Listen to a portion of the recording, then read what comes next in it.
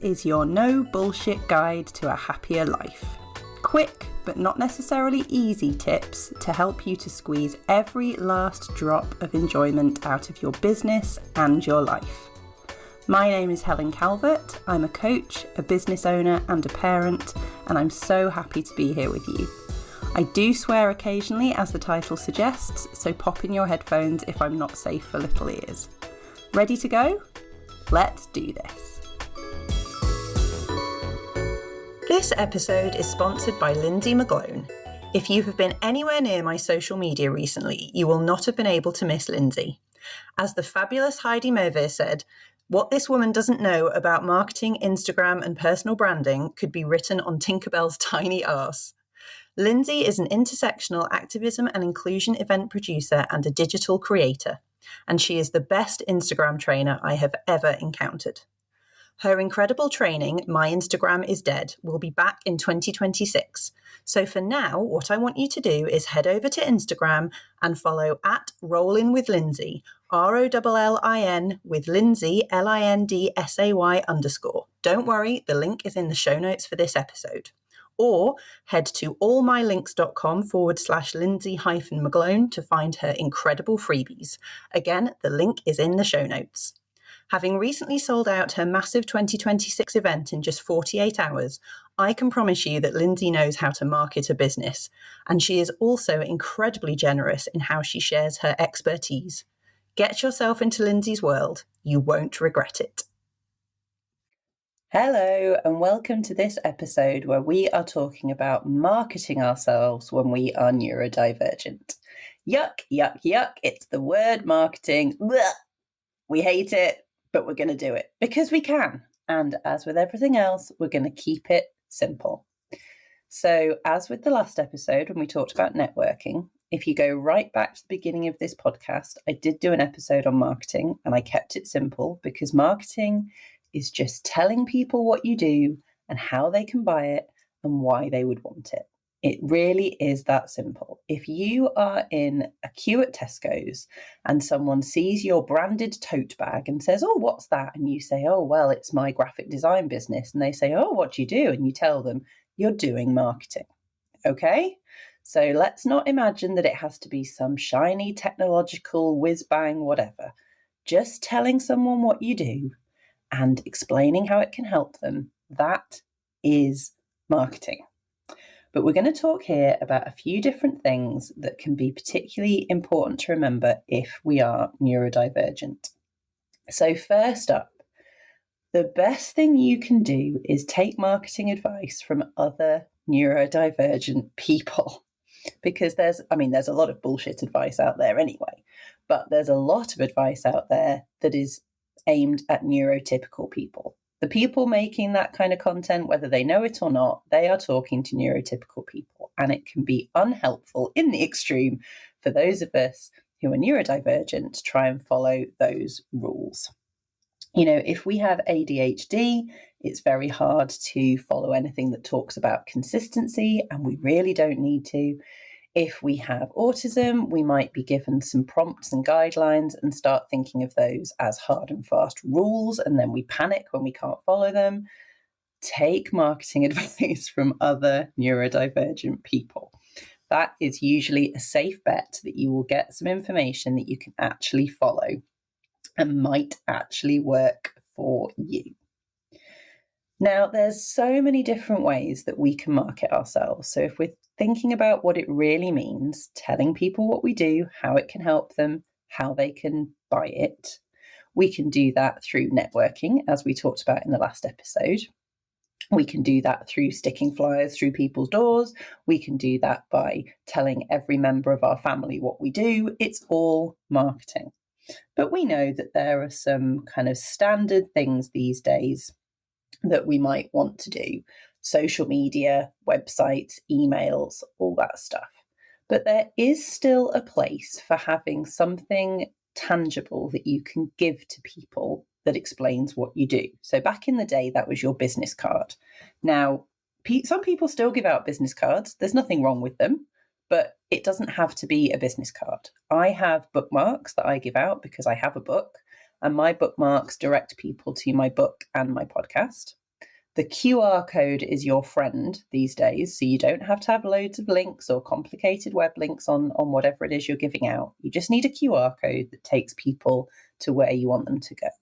So think about what you could potentially give out to people. Maybe it's a bit of merch. Maybe you want a badge or a keyring, or, there's a cost to these things, but maybe that's the appropriate thing for you. But it's really good to have something you can give to people for when you do have that chance encounter in Tesco's or at the networking event or at the bus stop. You can say, oh, hang on, I've got one of these in my bag. There you go. And they've got the thing. But usually these days, people are finding us online, aren't they? So we want to be looking at what we're doing on those online spaces. So really, marketing is an exercise in bringing people into your world so that they can stay in there long enough to eventually buy from you. So sales is when we literally sell something. Marketing is bringing people into your world and helping them to stay in there for long enough that they want to buy something. So marketing leads to the sales. So bringing people into our world, that can literally be getting them to follow us on social media, or it can be getting people to subscribe to your podcast if you have one, or your YouTube channel, or it can be getting people to join your mailing list. Now, one of the ways that we get people to join our mailing lists is by offering them a lead magnet. Now, all that is something that they want, that you give away for free. So it's nothing chunky, it's just a small thing that you give away for free. And the way that they get it is to join your mailing list. So you get them on your mailing list, they get a nice little freebie, everybody's happy.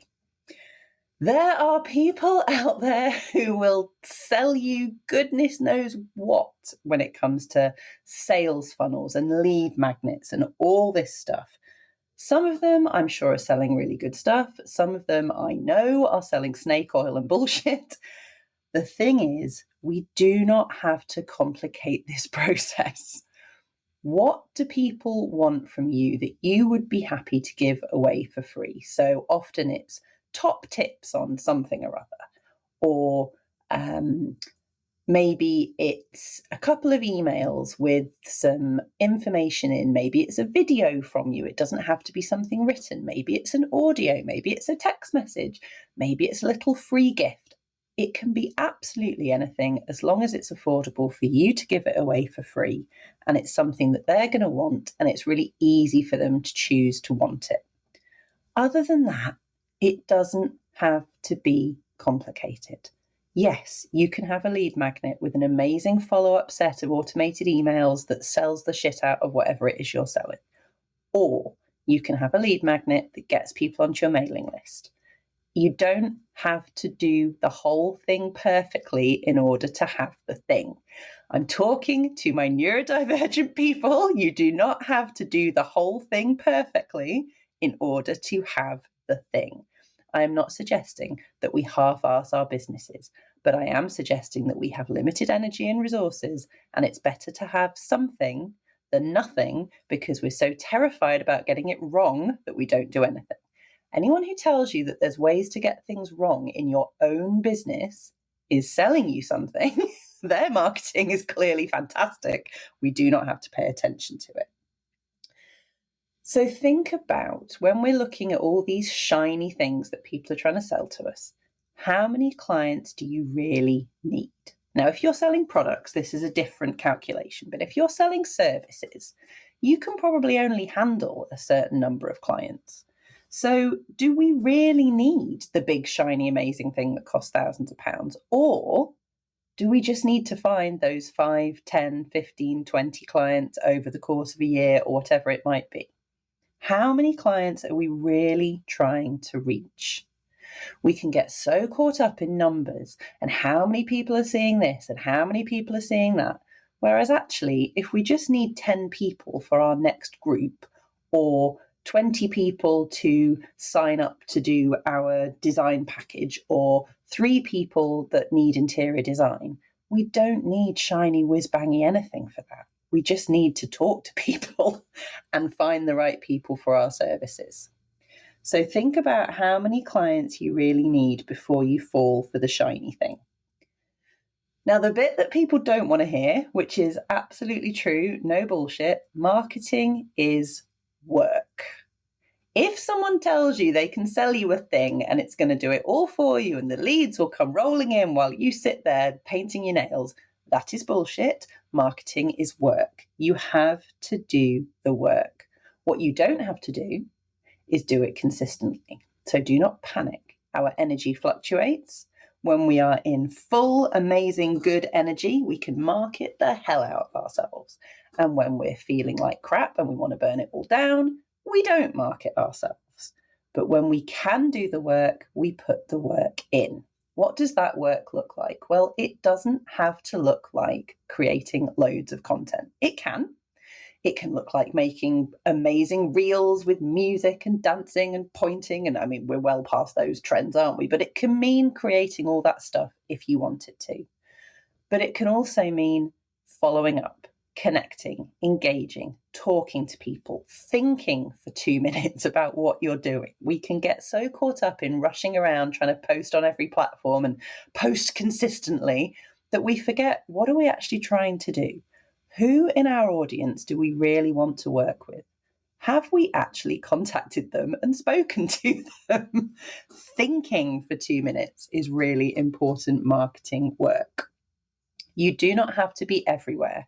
You do not have to be on every platform.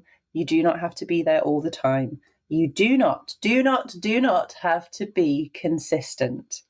Show up when you're in your best energy, because people buy from crazy, exciting, full of energy people way more than they buy from bland Brenda who turns up every day banging out the same beige content.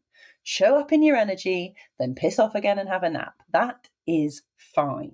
For God's sake, when you come back, don't apologize. The amount of people who say, oh, I've been away from this platform, nobody's noticed. Nobody cares. Nobody sees all your content anyway. When they do see you, they think, oh, there's so-and-so. When they don't see you, they don't think about you. Nobody is wondering where you are. Nobody even knows how often you post or how often you mean to post. So please don't apologize when you've been away from a platform. Just show up again, do your shit, be fantastic, and then go away again. That is absolutely fine. My top marketing tip for those of us with fluctuating energy or hormonal fluctuations or both in our lovely neurodivergent worlds, create tons of stuff when you're having a good day, so that when you're having a bad day, you've got a load of stuff that you can whack out there without having to think about it. Or maybe you've even scheduled it if you're feeling really on the ball. If you've just had a haircut, take tons of selfies with different outfits on so you can use your favorite pictures of you looking shit hot when you need them.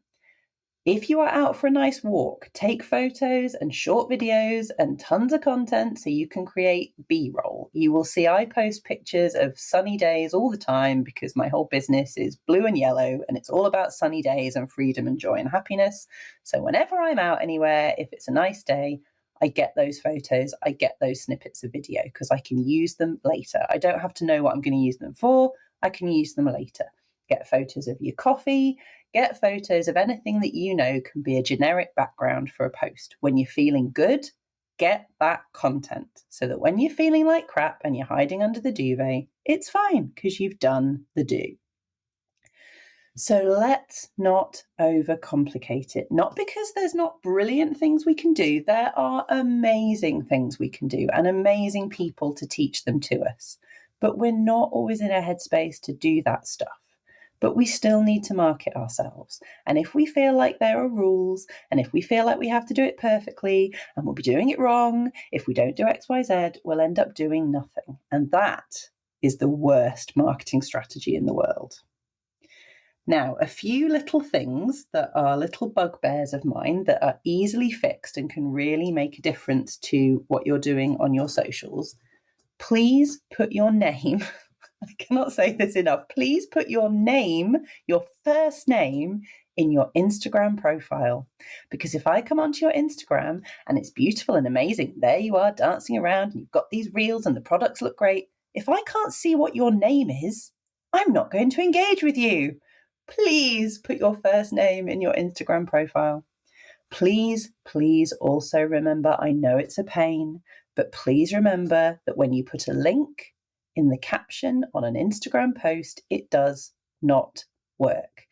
If you want people to click on a link when you post to Instagram, you have to put that link in your bio and then say in the caption, the link is in my bio. You can put a link on a story on Instagram, but not on a post. If you need me to expand on how to do all of that, please message me. I am happy to explain it. But if you put a link in your Instagram caption and then wonder why you're not getting the traction that you want, the engagement that you want, people clicking on it, that's why. They can't. And I promise you, some of those little things can make a massive difference. You can create the most beautiful looking post in the world, but if people can't then take the action you want them to take, or they have no bloody idea who you are, they're not going to get any further. And my last thing that I can get a bit passionate, maybe a little bit ranty about, is individual conversations. Because it doesn't matter how beautiful your content is, or how well written, or how carefully you got AI to craft the content. People don't always recognize themselves in what you're saying. So you can say, I've got this brilliant event coming up. It's this, it's that, it's for these people. You're going to love it. It's this much money. Click on the link in my bio. And they just skim over it. And maybe they've seen it. Maybe they haven't. Maybe they thought, oh, that looks interesting. Maybe they didn't. Do you know what will make the difference? When you send them a private message and you say, this event I've got coming up, I really think you'd love it. May I send you the details? You don't have to spam them with a load of sales stuff. May I send you the details? They can say no. Or they might say, and they probably will say, oh, yes, please do. And then you can send them the link directly to them and they will look at it. I don't care who you are. I don't care what you're selling. There is nothing like an individual conversation with a specific person where you send them details, they get the chance to ask questions, they feel personally valued and invited. That will sell you more than any shiny fuckery. I promise you that.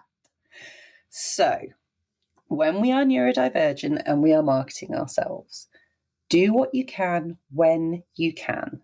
Don't fall for the shiny object. Marketing is work. Anyone who tells you it isn't is trying to sell you some crap. Show up as your full fabulous self as often as you can, because people will buy your full crazy self. And when you want to hide under a duvet, hide under the duvet. Don't apologize for being away. Turn up when you can. Do what you can. Create content when you're in a good mood. When you're in a bad mood, forget about it. And if there are people you really want to work with, just send them a message. You don't have to kill yourself creating the best website in the world that they'll never see. Just send them a message and tell them why you want to work with them and what it is you can do to help them. Be excessively kind to yourselves, because marketing is hard and uncomfortable and icky, and we all feel that way. So show yourself loads of kindness when you're doing it. And that way, hopefully, we can even squeeze some joy out of marketing, who would have thought it, and definitely out of the rest of our lives. Speak to you next time. Thank you so much for listening.